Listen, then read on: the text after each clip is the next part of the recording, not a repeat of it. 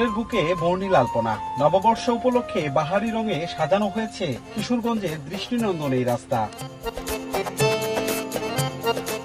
বাঙালি জীবনে বৈশাখ মানেই উদযাপন।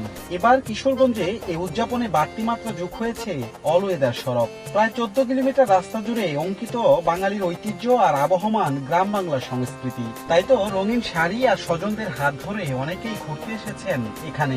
যেখানে আসলে বাংলা দেশ রিপ্রেজেন্ট হবে সারা বিশ্বে, এটা আমাদের অনেক বড় পাওয়া। এই উৎসবের সময় যদি একটু সবার পাশে আসতে পারি, এখানে যারা আর্টিস্ট দিন রাত কাজ করছে এবং ওয়ার্ল্ড রেকর্ড যেটা করছে, এটা আমাদের অনেক বড় পাওয়া। এখানে এসে আমি যখন দেখছি যে বিশ্বের সবচেয়ে বড় আলপনা করা হচ্ছে, তবে এত সুন্দর একটা রাস্তার মধ্যে, তখন আমার আসলে অনেক আনন্দ হচ্ছে যে হ্যাঁ, যে আমরাও একটা বিশ্ব রেকর্ড করছি, তাও বা যেটা আমাদের নিজস্ব সংস্কৃতি, নিজস্ব কালচারের সাথে এত সুন্দর করে মিলে।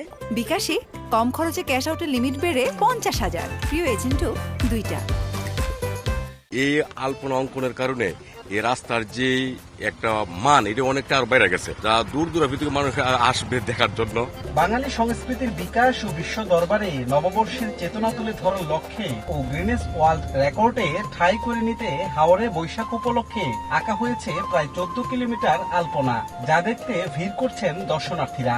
আর এই ব্যতিক্রম কাজটি করেছে Banglalink, Asiatic experiential marketing limited ও বার্জার পেন্টস। আয়োজক ও দর্শনার্থীদের প্রত্যাশা, এমন উদ্যোগ রুখে দিবে সকল অপশক্তি আর সাম্প্রদায়িকতা। দিনের বেলা প্রচন্ড গরম রোদ, রাতের বেলা প্রচন্ড ঠান্ডা। এই গরম এবং ঠান্ডাকে উপেক্ষা করে আমরা আসলে আমাদের দেশের সংস্কৃতি, আমাদের দেশের কালচারকে প্রেজেন্ট করার জন্যই বেসিক্যালি এই আলপনার সাথে জড়িত বা কাজ করা। আমরা গত 4 বছর ধরে আসলে করোনা অতিমারির জন্য এই প্রোগ্রামটি করতে পারিনি, সেই জন্য আমাদের এবারে এই আলপনায় বৈশাখটা আয়োজন করা। এবং আপনারা দেখেছেন আগে এটা শুধুমাত্র ঢাকাতে হতো, মানিক মে এভিনিউতে। এবছরে কিন্তু আমরা ঢাকা সহ মোট 2টি জায়গাতে, টোটাল সব মিলে 3টি জায়গাতে করছি। আমরা শিববাড়ি মোড়ে করছি খুলনাতে, ঢাকার মানিক মে এভিনিউতে করছি, এবং মিঠামাইনে আমাদের আজকের এই আয়োজন আলপনায় বৈশাখে। সকালে আলপনা পরিদর্শন শেষে দৃষ্টিনন্দন সড়কটিতে মোটরসাইকেলে ঘুরেন ডাক, টেলিযোগাযোগ ও তথ্য প্রযুক্তি মন্ত্রণালয়ের প্রতিমন্ত্রী। বিরল এই কর্মযোগ্য বিশ্ব মঞ্চে বাঙালিকে নতুন করে পরিচিত ও পর্যটন খাতে সম্ভাবনা তৈরি করবে বলে মনে করেন তিনি। আজকের এই আয়োজনের মধ্য দিয়ে বিশ্বের সবচেয়ে দীর্ঘতম আলপনা, প্রায় আমি শুনেছি 14 কিলোমিটার জুড়ে একটা আলপনা অঙ্কন করা হচ্ছে, যেখানে কিন্তু প্রায় 650 শিল্পী অংশগ্রহণ করেছে।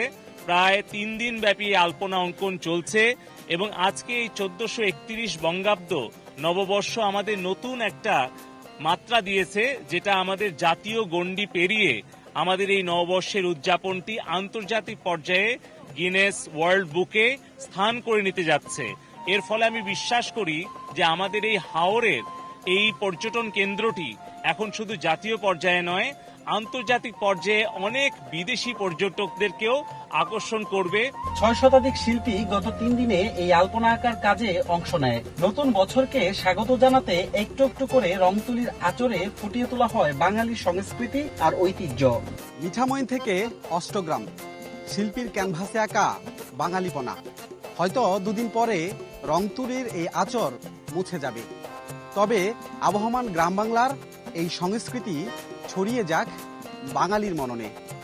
কিশোরগঞ্জের মিঠামইন থেকে রাজিবুল হাসান, সময় সংবাদ।